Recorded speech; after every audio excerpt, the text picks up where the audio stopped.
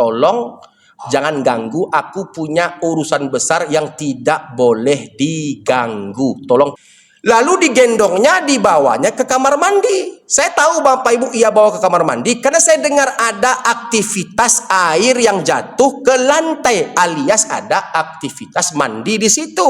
Artinya apa? Si Koko mengangkat ibunya dari kasur ke kamar mandi, memandikan ibunya, Bapak Ibu. Assalamualaikum warahmatullahi taala wabarakatuh.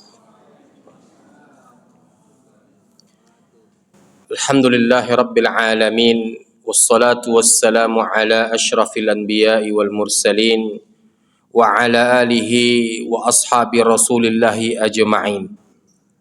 Ashhadu an la ilaha illallah wahdahu la syarika lah wa ashhadu anna sayyidana Muhammad bin Abdullah salawatullahi alaihi wa salamuhu sallallahu alaihi wa ala alihi wa ashabihi wa man saru ala nahjih wa tamassaka bi sunnatihi ila yaumiddin wa sallama tasliman katsiran mazida amma ba'd.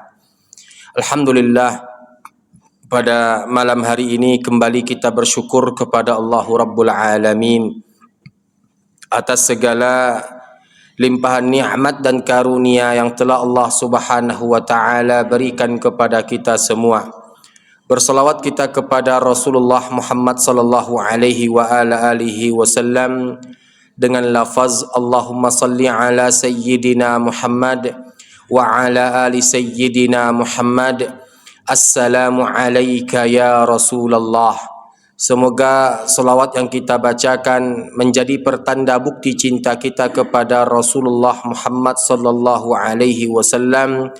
Dan semoga kita semua mendapatkan syafaat Nabi pada hari kiamat kelak. Amin ya rabbal alamin.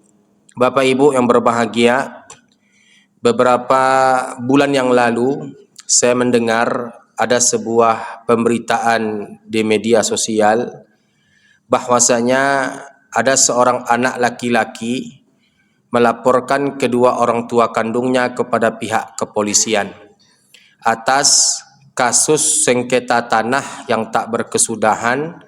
Akhir dan ujung daripada laporan itu menyebabkan kedua orang tua tersebut dimasukkan ke dalam penjara.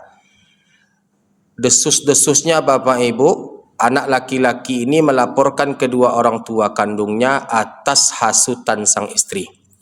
Waktu musim pandemi COVID-19 tahun 2020 kemarin, saya juga mendengar berita yang mirip serupa dengan berita ini, yaitu seorang anak laki-laki melaporkan ibu kandungnya kepada pihak penyidik kepolisian.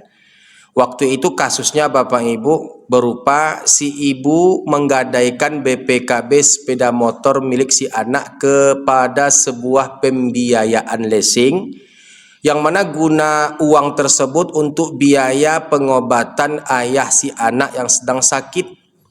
Nah, ujung atau ending cerita tersebut, si ibu tak mampu menebus BPKB tersebut, yang sehingganya Bapak Ibu kami menyaksikan ketika itu bahwasanya penyidik bermohon-mohon agar si anak laki-laki mencabut laporannya karena yang dilaporkan itu adalah ibu kandungnya. Nah, si anak tetap kekeh melaporkan ibu kandungnya kepada pihak kepolisian, yang ending daripada kisah itu si ibu dimasukkan ke dalam penjara. Nah, Bapak Ibu yang dimuliakan oleh Allah, bagaimana Islam menyikapi persoalan seperti ini? Maka judul kajian kita pada maghrib hari ini adalah hartamu adalah harta kedua orang tuamu. Hartamu adalah harta kedua orang tuamu. Bapak Ibu yang dimuliakan oleh Allah, Nabi alaihi salatu wassalam bersabda dalam sebuah hadits yang sahih yang diriwayatkan oleh Imam Abi Dawud dalam Sunan Abi Dawud. Nabi bersabda yang maknanya, sesungguhnya yang paling baik dimakan oleh seseorang itu adalah dari hasil jerih payahnya. Anak-anak kandung itu adalah hasil jerih payah kedua orang tua kandungnya. Bahkan Bapak Ibu, Al-Imam Ibnu Qudamah dalam kitab Al-Mughni jilid 2 halaman 91 edisi terjemahan itu mengatakan Bapak Ibu, bahkan memberikan perumpamaan contoh Bapak Ibu yang dimuliakan Allah. Contohnya adalah sebagai berikut. Contoh Bapak Ibu, saya pulang ke rumah orang tua saya. Saya pulang ke rumah orang tua saya Bapak Ibu.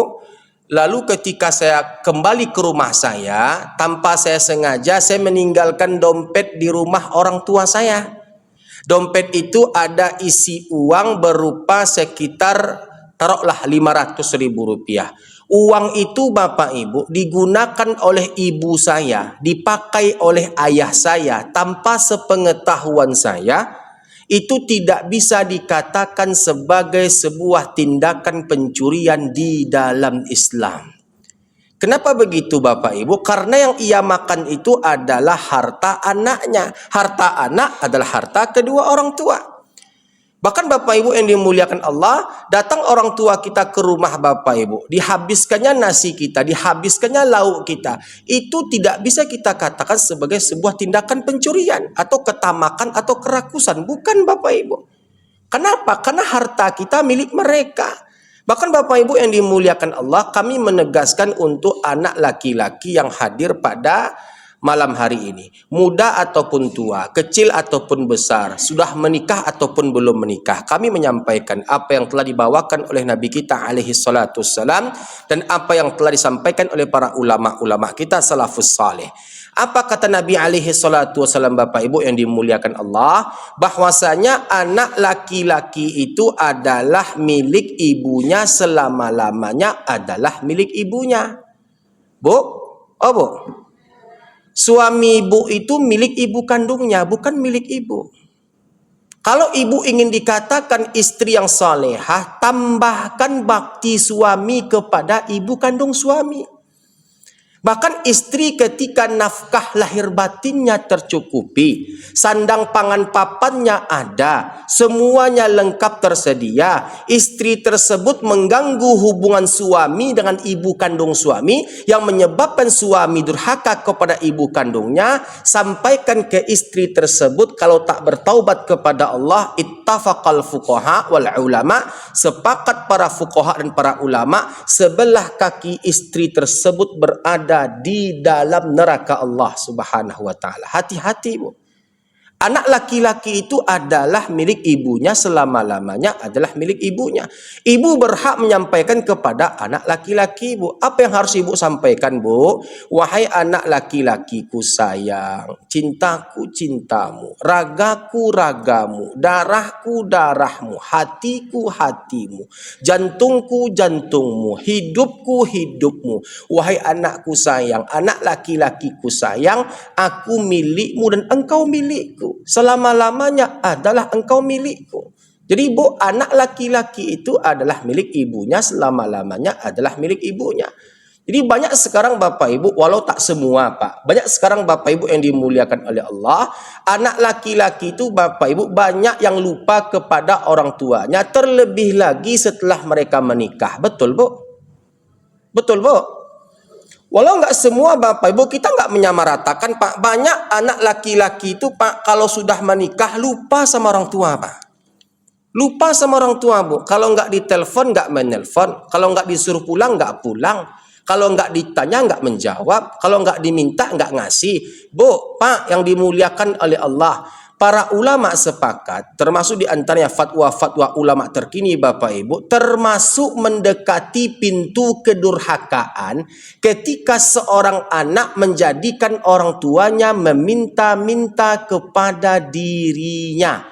Saya ulangi sekali lagi, termasuk mendekati pintu kedurhakaan ketika seorang anak menjadikan orang tuanya meminta-minta kepada dirinya. Contoh Bapak Ibu, kita baru akan ngasih orang tua kita setelah diminta oleh orang tua. Betul Bapak Ibu? Baru kita akan ngasih belanja ke orang tua kita, ke ayah kita, ke ibu kita ketika orang tua kita meminta. Ini termasuk mendekati pintu kedurhakaan Bapak Ibu. Jadilah anak yang peka terhadap semua kebutuhan orang tua. Terlebih lagi anak laki-laki, telepon ibumu, telepon ayahmu, tanyakan kebutuhannya. Masih ada uang belanja, Mak? Masih ada uang belanja ya? Berapa tinggal lagi ya? Berapa sisa lagi, Mak? Mak, uang token masih ada, Mak? Uang beras masih ada, Mak? Mak, bagaimana baju, Mak? Mau dibelikan yang baru, Mak? Mukena Mak bagaimana? Mau dibelikan yang baru, Mak? Tanya Bapak Ibu. Tanya. Dengan kita bertanya aja Bapak Ibu, orang tua kita itu sudah bahagianya luar biasa. Betul Pak?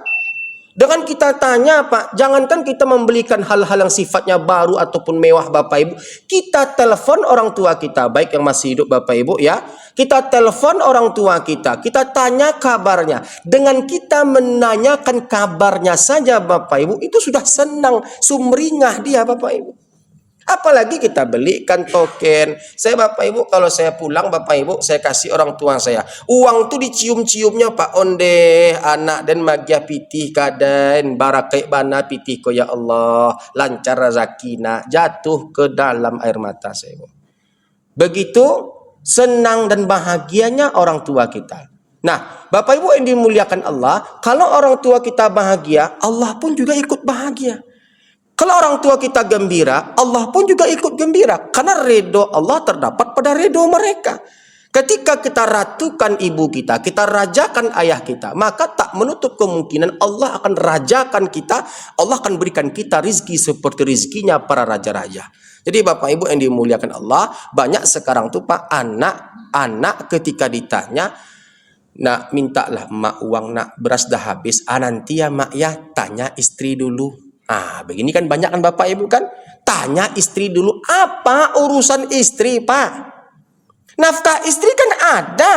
Nafkah istri kan cukup. Istri nggak punya hak ngatur keuangan kita Pak. Nggak ada hak Pak. Selagi nafkahnya tercukupkan, terpenuhi, sandang pangan papannya ada, tidak ada hak istri mengatur keuangan suami.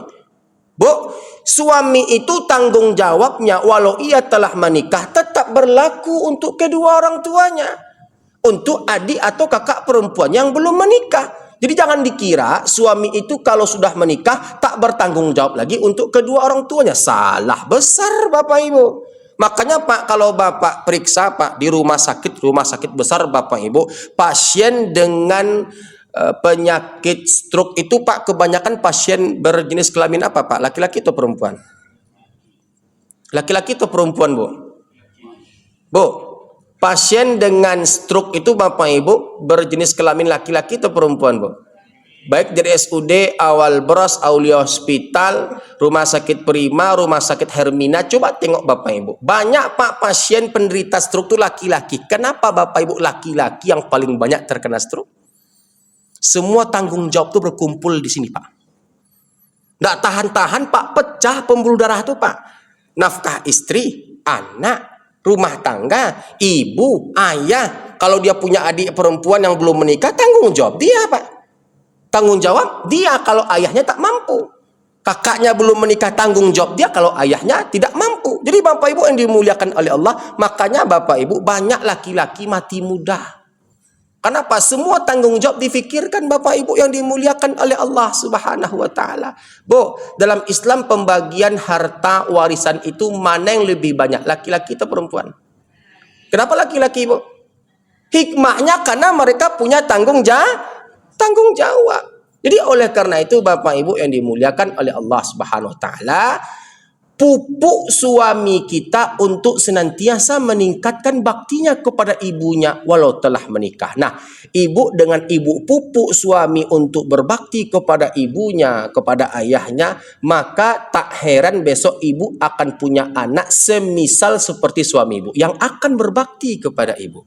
Yang akan berbakti kepada ibu. Jadi Ibu, kita simpulkan, kita ambil, kita istinbatkan dari sebuah hadits Nabi alaihi salatu wassalam, anak laki-laki itu adalah milik ibunya, selama-lamanya adalah milik ibunya. Istri mengganggu, istri menghasut padahal semua nafkah tercukupi, maka istri tersebut kalau tak bertobat kepada Allah, sebelah kakinya dipastikan berada di dalam neraka Allah Subhanahu wa taala. Pak, tahu nggak Pak, bagian tersampah dari seorang anak laki-laki. Saya ulangi sekali lagi Pak, bagian tersampah. Bapak lihat onggokan sampah Pak, Bapak lebih hina daripada sampah tuh Pak.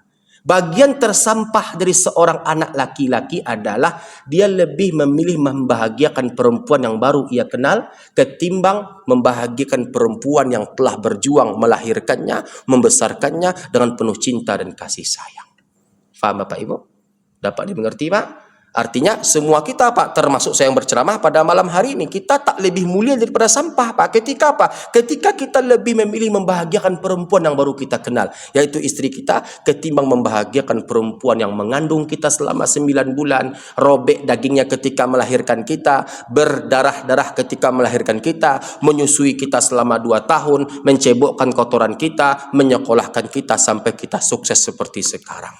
Nah, jadi oleh karena itu, wahai anak laki-laki, ibumu adalah milikmu dan engkau adalah milik ibumu. Kalau engkau masih memiliki ibu, maka engkau besarkan hatinya, engkau besarkan jiwanya, engkau tanya kabarnya, engkau belikan ia barang-barang yang ia sukai kalau engkau mampu. Sungguhnya ketika itu engkau lakukan, maka surga akan semakin dekat untukmu dan akan menjadi milikmu. Pernah pada suatu kejadian Bapak Ibu, saya waktu itu ditanya oleh salah seorang jemaah waktu saya ngisi kajian di Umbansari Bapak Ibu, Rumbai sana. Pertanyaannya Bapak Ibu lebih kurang seperti ini. Waktu itu di sesi terakhir kajian, sebelum kami menutup kajian dengan doa kafaratul majelis, ada seorang jemaah bertanya, "Assalamualaikum Ustadz." "Waalaikumsalam." "Ustadz, saya perkenalkan diri terlebih dahulu, saya Fulan bin Fulan." "Ya. Saya alhamdulillah Allah cukupkan rezeki, Allah berikan nikmat yang cukup banyak. Saya kerja di PT Pertamina Hulu Rokan, PHR Bapak Ibu.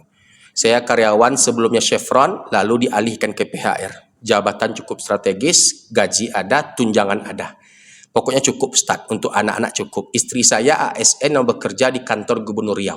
Artinya suami istri bekerja Bapak Ibu. Nah Ustadz, yang menjadi pertanyaannya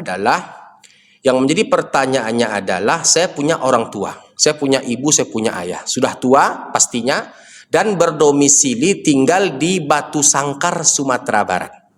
Ibu tahu Salim Pawang, Bu? Tahu Pak Salim Pawang Pak?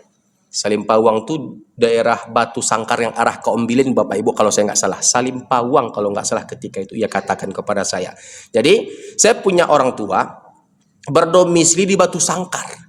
Dalam hal ini ibu saya Ustadz ketika itu pinjam uang saya 10 juta rupiah. Saya ulangi, pinjam uang saya 10 juta rupiah. Yang mana guna pinjaman ini untuk biaya pengobatan ayah saya yang sedang sakit stroke. Bolak-balik Batu Sangkar Bukit Tinggi, Batu Sangkar Bukit Tinggi, kan ada tuh Pak rumah sakit stroke di Bukit Tinggi kan Pak. Nah, jadi ibunya minjam uang kepada si anak 10 juta rupiah. Yang ibu tersebut berjanji akan mengembalikan pinjaman 10 juta tadi 3 bulan setelah musim panen tiba. Nah Ustadz, nyatanya Ustadz sudah setahun lamanya uang itu belum juga dikembalikan oleh ibu saya. Sementara istri saya merepet-repet menagih uang itu segera untuk dikembalikan. Nah kira-kira apa solusinya Pak Ustadz? Nah kalau Bapak ditanya Pak dengan pertanyaan seperti ini Pak, apa kira-kira jawaban Bapak Pak? Ganti yang baru Pak, berarti Bapak lebih ekstrem dari saya Pak. Apa kira-kira jawaban Bapak kalau ditanya seperti ini Pak?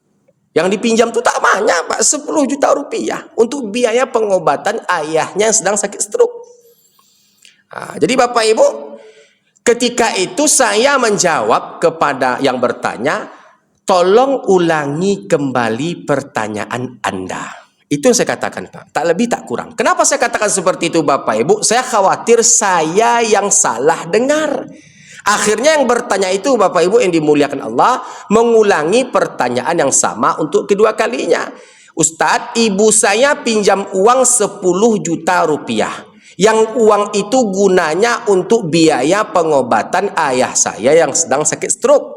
Janji uang itu dikembalikan 3 bulan setelah musim panen tiba. Nyatanya Ustadz sudah setahun berjalan, uang itu belum juga dikembalikan. Istri saya merepet marah-marah menagih uang itu segera untuk dikembalikan. Bahkan pada pertanyaan yang kedua ini Bapak Ibu ada ancaman sedikit.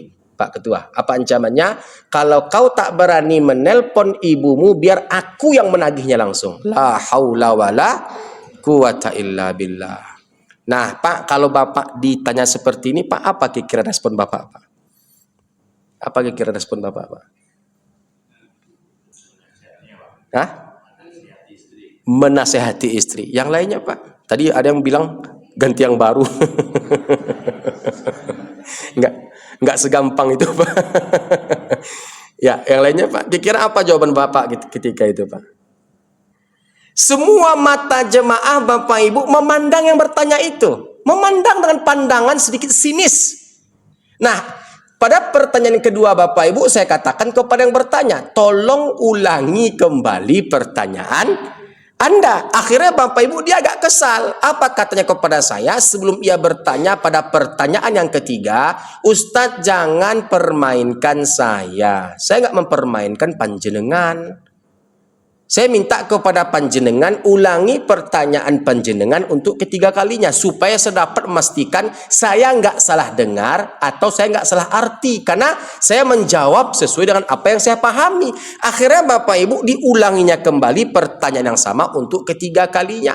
Saya punya ibu, ayah berdomisili di Sumatera Barat di Batu Sangkar. Nah, ibu saya pinjam uang saya 10 juta rupiah, yang uang itu gunanya untuk biaya pengobatan ayah saya yang sedang sakit stroke.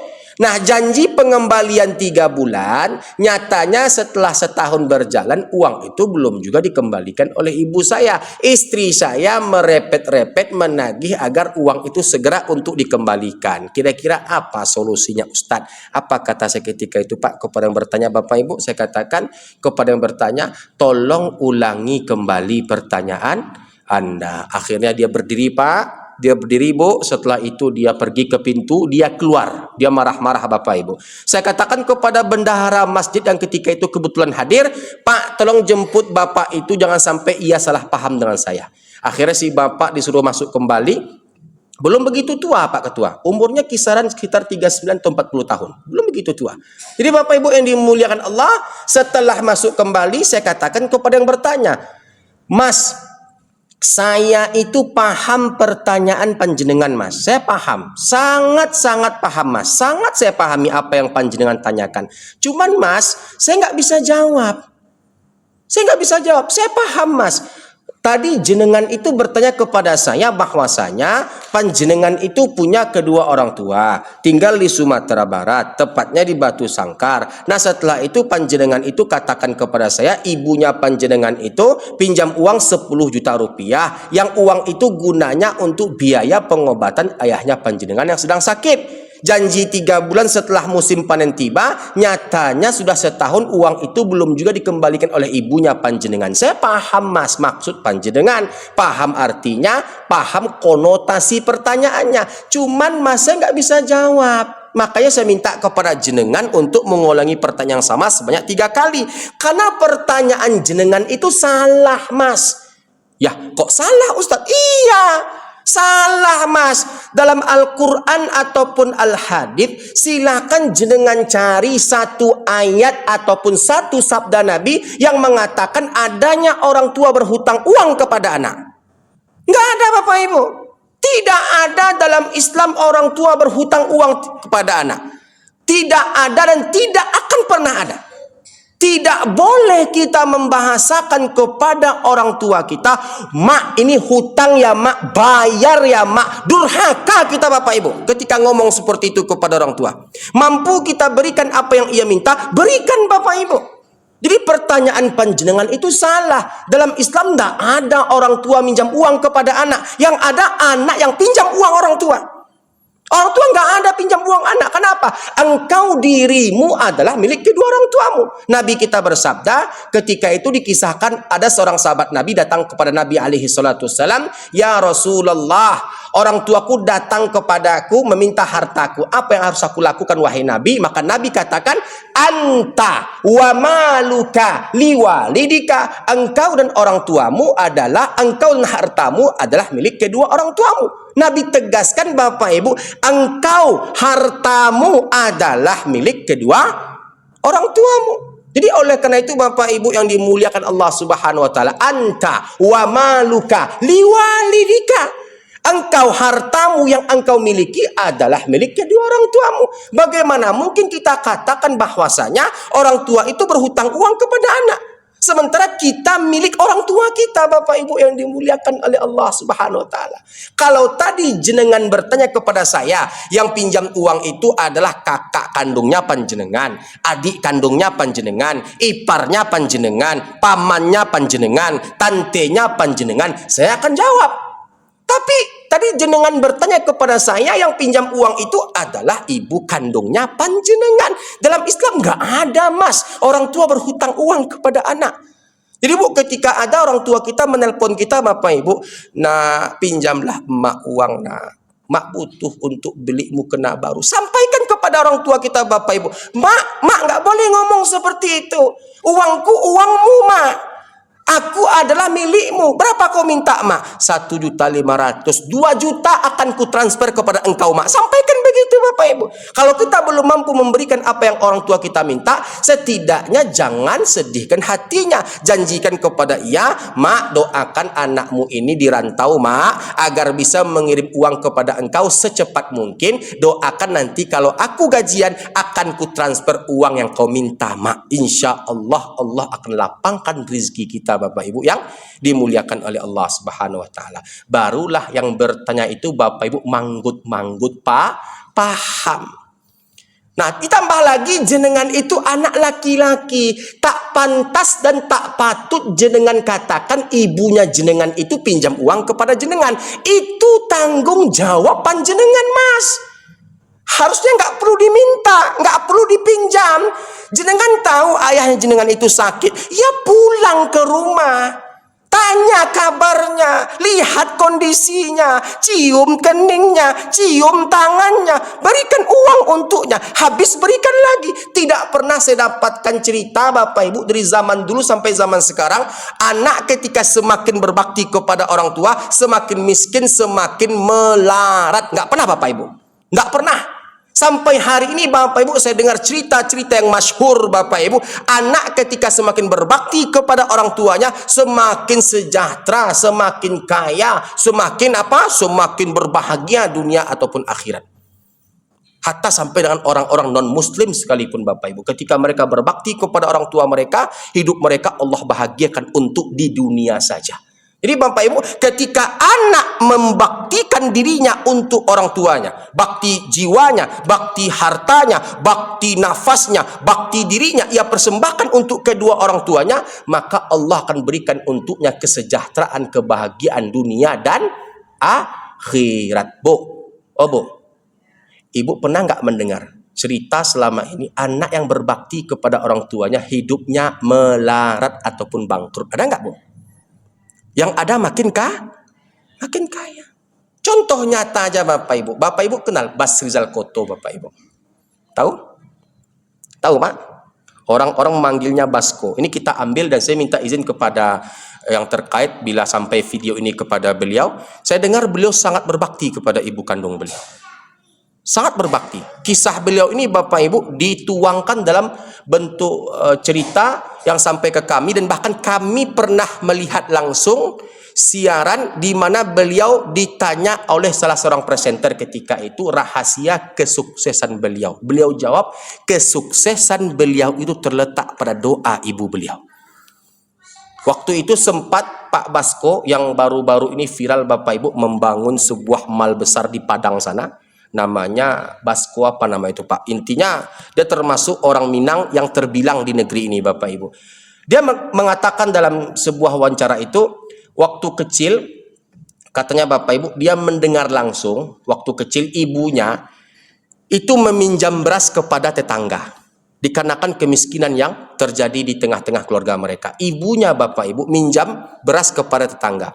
Waktu itu Basko kecil pulang sekolah. Waktu itu dia belum makan, lapar mak. Lebih kurang seperti ini yang saya dengar, Bapak Ibu. Jadi ibunya minjam beras kepada tetangga. Tetangga itu ngomong ke ibunya, Bapak Ibu, lebih kurang seperti ini. Kalau ndak ada bareh yang kadi makan, makan saya batu. Nah, itu Bapak Ibu.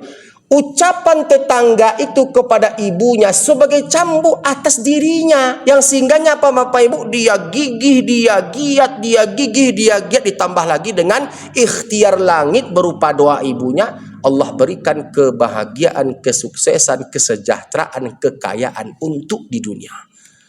Jadi ibu kita tuh keramat itu Pak, jangan main-main dengan ibu kita Pak. Sekali jatuh air matanya Pak, 7 lapis bumi, 7 lapis langit akan menghimpit kita Bapak Ibu.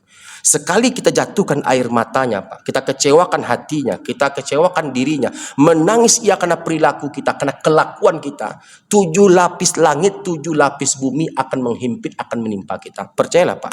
Saya Bapak Ibu dari tahun 2009 sampai tahun 2024 Bapak Ibu mentalkin orang, rata-rata Bapak Ibu anak yang durhaka kepada orang tuanya Pak, matinya susah. Matinya susah Bapak Ibu. Matinya sulit, mentalkinkannya Bapak Ibu bahkan sampai berbulan-bulan Pak. Anak yang durhaka itu Bapak Ibu tidak ada azab yang Allah segerakan untuk pelakunya, melainkan anak-anak yang durhaka kepada kedua orang tuanya. Sedari sakaratul maut Allah tunjukkan kuasanya, sakit yang teramat sangat. Setelah itu ketika masuk di kubur diazab lagi Bapak Ibu sampai masuk ke dalam neraka Allah Subhanahu wa ta'ala. Jadi Bapak Ibu tidak ada anak yang gagal, yang Allah melaratkan, yang Allah miskinkan ketika ia berbakti kepada orang tuanya. Yang ada Allah akan bukakan, bentangkan rizki-rizki yang berlimpah untuk setiap anak-anak yang berbakti kepada kedua orang tuanya. Saya Pak Ketua, saya punya kawan orang Cina, Tionghoa. Dia punya toko, nggak usahlah saya bilang tokonya yang mana, di Jalan Nangka Bapak Ibu, toko spare part onderdil sepeda motor. Kalau saya bilang merek tokonya, pasti Pak Ketua tahu orangnya siapa. Orang Cina Bapak Ibu. Saya cukup dekat dengan dia, saya cukup baik hubungan, karena kita kan bermuamalah kan bebas Pak, sama siapa aja Pak, selagi dalam urusan dunia. Jadi Bapak Ibu waktu itu saya pagi-pagi datang Pak Ketua ke toko orang Cina ini. Datang ke tokonya Bapak Ibu dalam rangka untuk membeli sebuah onderdil sepeda motor. Saya sikit-sikit bisalah untuk yang namanya merestorasi sepeda motor sendiri Bapak Ibu. Ada pengalaman dulu kerja di Jepang. Saya dulu ditugaskan dakwah di Jepang 2 tahun di Tokyo dan di Nagoya. Alhamdulillah saya cukup belajar otomotif di sana sama orang-orang Jepang. Alhamdulillah kepandaian itu saya bawa ke sini. Jadi Ustadz sekaligus mekanik. Akan begitu Pak Ketua. Jadi Mas besok kalau sepeda motor antum rusak, teleponnya saya Mas. Asal ongkosnya cocok. Jadi Bapak Ibu, waktu itu saya beli sebuah onderdil sepeda motor. Datangnya agak kepagian Ketua. Datangnya agak kepagian. Nah Bapak Ibu yang dimuliakan Allah, waktu itu saya datang dekat-dekat setengah 8. Si Kokoh itu bukanya sekitar jam 9 atau 9:15. Saya bilang sama si Kokoh, ketika itu Bapak Ibu saya datang ke toko itu buka. Cuman bukanya belum sempurna. Masih seukuran tubuh orang dewasa Pak. Saya datang, Koh, oh iya Pak Ustadz, ada apa? Koh, tolong ambilkan itu. Koh nampak sama saya Pak Ketua, ambilkan itu. Saya nanti nggak bisa Koh jam 9 Koh, soalnya saya mau ngajar ke kampus. Sampai sore nanti. Saya juga ada bimbingan kepada mahasiswa, mungkin sampai malam. Jadi Koh tolong ambilkan ini. Saya dikejar diburu oleh waktu. Apa kata si Kokoh? Pak Ustadz, aku belum buka. Tolong jangan ganggu, aku punya urusan besar yang tidak boleh diganggu. Tolong pengertiannya Pak Ustadz. Koh tinggal ambil aja Koh, yang itu Koh, itu. Saya tunjuk Bapak Ibu, tinggal ambil, saya bayar, selesai. Nggak sampai akadnya 5 menit. Saya katakan begitu Pak Ketua. Apa kata si Kokoh? Pak Ustadz tolong pengertiannya Pak Ustadz. Merah mukanya Pak, sepertinya marah kepada saya. Saya punya urusan, toko belum buka. Jangankan Pak Ustadz, sekelas presiden pun tidak akan saya layani ketika datang ke toko saya. Emangnya apa sih Koh urusan Kokoh sampai Kokoh menolak rezeki? Aku bukan menolak rezeki Ustadz. Aku tidak menolak rezeki Ustadz. Cuman aku sedang punya urusan, tolong pengertiannya. Titik katanya Bapak Ibu. Marah dia Pak Ketua. Jadi singkat cerita Bapak Ibu, okelah kalau begitu Koh, besok aja lah saya ke toko. Okelah Pak Ustadz, besok saya tunggu, kata si Kokoh. Nah Bapak Ibu, 2 langkah sebelum saya pulang, ternyata yang dimaksudkan urusan besar itu adalah si Kokoh menggendong ibunya Bapak Ibu. Dari ranjang Pak Ketua, digendongnya ibunya itu Pak, ditidurkannya di dekat apa Pak? Dekat, ini kan rak-rak onderdil Pak Ketua. Di sebelah itu ada kamar. Saya nampak Bapak Ibu karena di ujung mata saya nampak ada pergerakan menggendong ibunya. Ibunya itu sudah tua. Kalau dari kulit dan wajahnya Bapak Ibu seperti kisaran umur 70-an. Lalu digendongnya, dibawanya ke kamar mandi. Saya tahu Bapak Ibu ia bawa ke kamar mandi karena saya dengar ada aktivitas air yang jatuh ke lantai, alias ada aktivitas mandi di situ. Artinya apa? Si Koko mengangkat ibunya dari kasur ke kamar mandi, memandikan ibunya Bapak Ibu. Ternyata itu yang dimaksud dengan urusan besar yang tak bisa diganggu, urusan penting yang nggak bisa diganggu. Saya Bapak Ibu ketika sambil memandikan ibunya tuh Bapak Ibu sayup-sayup saya dengar si Koko itu nyanyi dia pakai bahasa Mandarin Pak. Saya nggak ngerti Pak entah apa yang dinyanyikannya ketika itu. Dia sepertinya senang Pak, bahagia Pak dengan aktivitas dia memandikan ibunya. Setelah itu Bapak Ibu nggak jadi saya pulang Bapak Ibu. Nggak, jadi saya pulang. Apa kira-kira kisah selanjutnya setelah itu? Setelah ia mandikan ibunya, dia pasangkan baju, dia sisirkan rambut ibunya, dia bedaki Bapak Ibu. Saya nampak waktu itu ia bedaki, di tangannya masih ada megang bedak. Bedak itu Pak Ketua, bedak kaleng ada tulisan, kalau saya nggak salah tulisannya itu Fanbo. Bedak yang ada gambar perempuan Cina. Nah, kenapa saya tahu Bapak Ibu dibedaki? Nampak di pipi ibunya itu, kalau nggak salah dia manggil ibunya Popo. Popo Bapak Ibu, saya nggak tahu arti Popo itu apa. Jadi ketika dibedakinya, bedak itu masih ia pegang. Ia terkejut nampak saya. Oh, Ustadz belum pulang ternyata. Belum kok, saya tunggu aja lah kok. Kalau mau nunggu nggak apa-apa, kata si Koko. Nah Bapak Ibu yang dimuliakan Allah, setelah dia sisir, dia pasangkan baju, dia bedaki, dia letakkan ibunya di atas kursi roda. Setelah itu ia jemur di depan toko lebih kurang 20 menit, matahari pagi yang cerah ketika itu Bapak Ibu. Ia jemur ibunya, setelah ia jemur, ia masukkan lagi ke toko, ia baringkan lagi di atas ranjang. Ibunya ketika itu saya perhatikan sepertinya tidur Bapak Ibu. Setelah semuanya beres, ia katakan kepada saya, tadi Pak Ustadz minta apa? Saya terbengong Bapak Ibu. Tadi Pak Ustadz minta apa? Oh ya kok, ambilkan ini, ambilkan ini, ambilkan ini. Diambilnya Bapak Ibu, baru saya ketika itu dilayaninya. Nah saya katakan kepada si Koko, saya tanyakan kepada si Koko, dalam agama Koko ada ya berbakti kepada ibu ataupun ayah. Kan Koko orang kaya. Bisa aja Koko menyewa babysitter. Bisa aja Koko menyewa pembantu. Betul nggak Bu? Nggak perlu Koko repot-repot seperti ini memandikan, membedaki, memasangkan pakaian, menyuapkan makan kepada ibunya Koko. Dipukulnya meja ketika itu Pak Ketua. Saya nggak nyangka Pak Ustadz ngomong seperti itu. Berkaca-kaca matanya Pak, berkaca-kaca matanya Bu. Nggak nyangka aku Pak Ustadz ngomong seperti itu. Pak Ustadz, bukan hanya di Islam saja perintah berbakti kepada orang tua itu ada. Di agama kami Pak Ustadz, ibuku ini adalah hoki keberuntunganku Pak Ustadz. Semakin ku ratukan dia, semakin ku bahagiakan dia, semakin ku senangkan dia, semakin Tuhan mensejahterakan hidupku. Ketika itu Pak Ketua, dia nggak sebut Allah, tapi Tuhan. Semakin Tuhan menjagaku, semakin Tuhan melancarkan urusanku, semakin Tuhan mensejahterakan rezekiku. Sambil berkaca-kaca, suaranya tegas dan keras Bapak Ibu ketika itu. Ternyata Bapak Ibu, rahasia di antara rahasia, kunci kesuksesan kekayaan orang-orang Tionghoa itu Bapak Ibu, orang Cina itu adalah terletak pada bakti mereka pada ibunya Bapak Ibu. Nah kita umat Nabi alaihi salatu wassalam, umat Islam, seberapa cinta yang telah kita persembahkan untuk orang tua kita, seberapa banyak cinta yang telah kita berikan untuk ibu dan ayah kita, seberapa dalam sayang yang telah kita berikan untuk ibu dan ayah kita, seberapa banyak doa yang telah kita persembahkan untuk kedua orang tua kita yang telah meninggalkan kita. Seberapa banyak doa dan untaian-untaian kalimat-kalimat rindu yang kita persembahkan untuk kedua orang tua kita yang telah meninggal dunia dalam sujud-sujud terbaik kita. Seberapa banyak Bapak Ibu. Semakin banyak kita mengingatnya dalam doa kita, semakin banyak kita berbakti kepadanya, semakin banyak kita berbakti kepadanya, semakin banyak kita mempersembahkan kebaikan-kebaikan untuknya, semakin Allah ridho dan Allah dekatkan surganya untuk kita semua. Jadi oleh karena itu Bapak Ibu, Nabi alaihi salatu wasallam bersabda dalam sebuah hadits yang sahih yang dibawakan oleh Imam Muslim dalam sahihnya, di antara ciri-ciri anak yang soleh itu adalah ciri-ciri anak yang soleh itu adalah dia lebih mendahulukan mendoakan orang tuanya ketimbang mendoakan dirinya sendiri. Faham Bapak Ibu? Saya ulangi sekali lagi, di antara ciri anak yang soleh dan solehah itu adalah dia lebih mendahulukan mendoakan orang tuanya ketimbang mendoakan dirinya sendiri. Jadi kesimpulannya Bapak Ibu, anak laki-laki itu adalah milik ibunya, selama-lamanya adalah milik ibunya. Faham Bapak Ibu?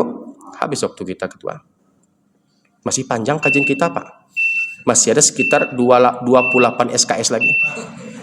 Baik Bapak Ibu, oleh karenanya karena waktu kita telah habis, anak laki-laki milik ibunya selama-lamanya adalah milik ibunya telah kita bahas. Lalu anak perempuan milik siapa Bapak Ibu? Milik ayahnya atau milik suaminya? Baik, nantikan pembahasan kami untuk pertemuan berikutnya setelah pesan-pesan berikut ini. Mohon maaf apabila ada kekurangan, kekhilafan. Hadza wa sallallahu ala nabiyyina Muhammad wa ala alihi wa sahbihi ajma'in. Sebelum kita tutup dengan doa kafaratul majlis, mari kita doakan kedua orang tua kita yang telah meninggalkan kita. Tolong aminkan Bapak Ibu, semoga Allah angkat, Allah terima, Allah kabulkan doa-doa kita yang mengudara pada malam hari ini. A'udzubillahi minasyaitonir rajim. Bismillahirrahmanirrahim. Alhamdulillah rabbil alamin. Wassalatu wassalamu ala ashrafil anbiya'i wal mursalin wa ala alihi wa ashabi rasulillahi ajma'in.